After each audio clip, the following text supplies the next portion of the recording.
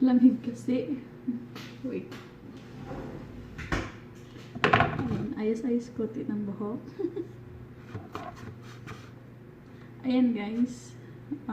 Magluluto yung amo ko ng makshi.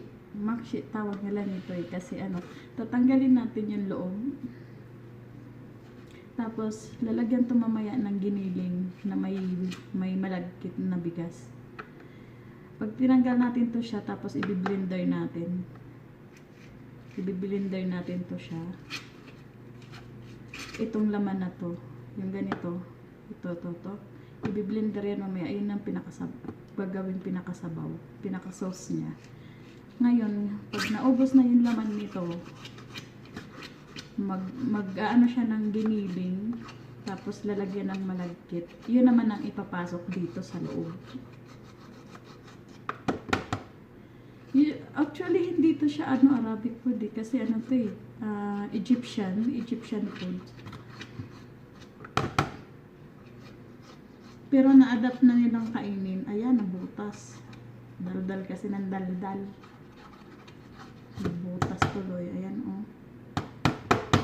Dapat kasi walang butas yan. Tapos makuha mo yung laman sa loob lahat.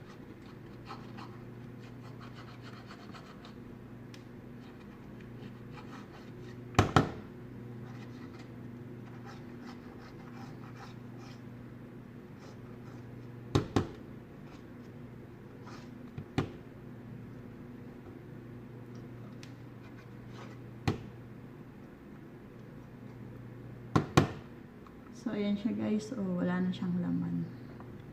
Tapos, ito naman.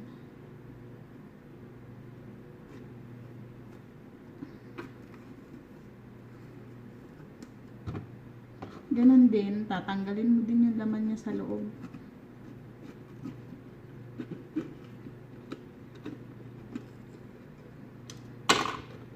Dudukutin lang siya.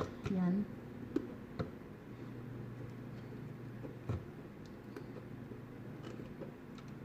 Yan, wala na siyang laman sa loob kasi dyan siya ilalagay mamaya yung giniling. Ayan, tapos tatakpan natin para kunyari ano. Tapos kamatis, ganun din sa kamatis.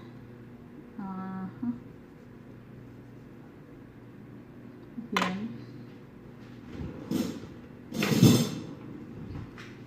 Yung kamatis, ganun din ang gagawin. Kukunin din yung laman sa loob.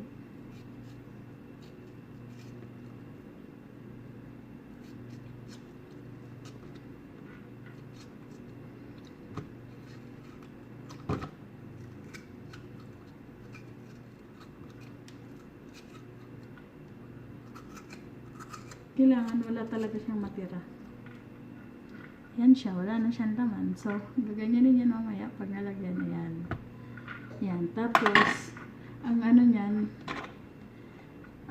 lulutuin yan siya sa magigisa ng sibuyas bawang. Kasi ito, ang laman nito mamaya, giniling, sibuyas, bawang, kamatis, tapos malagkit na bigas. Tapos ilalagay sa loob. Yan.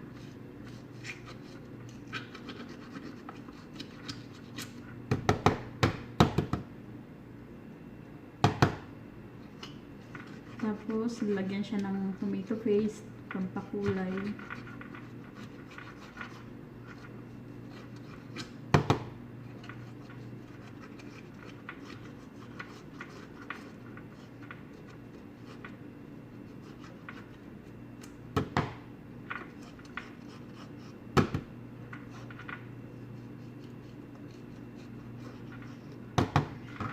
So guys, yan muna. Mamaya naman ulit.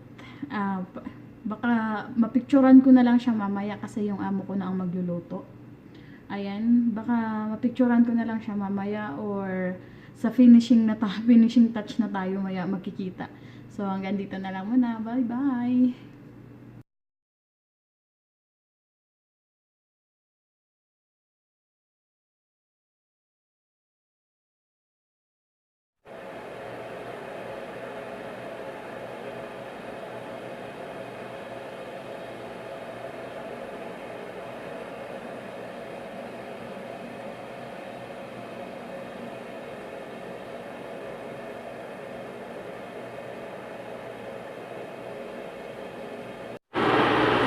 guys, i-blender na natin laman, yung mga laman kanina.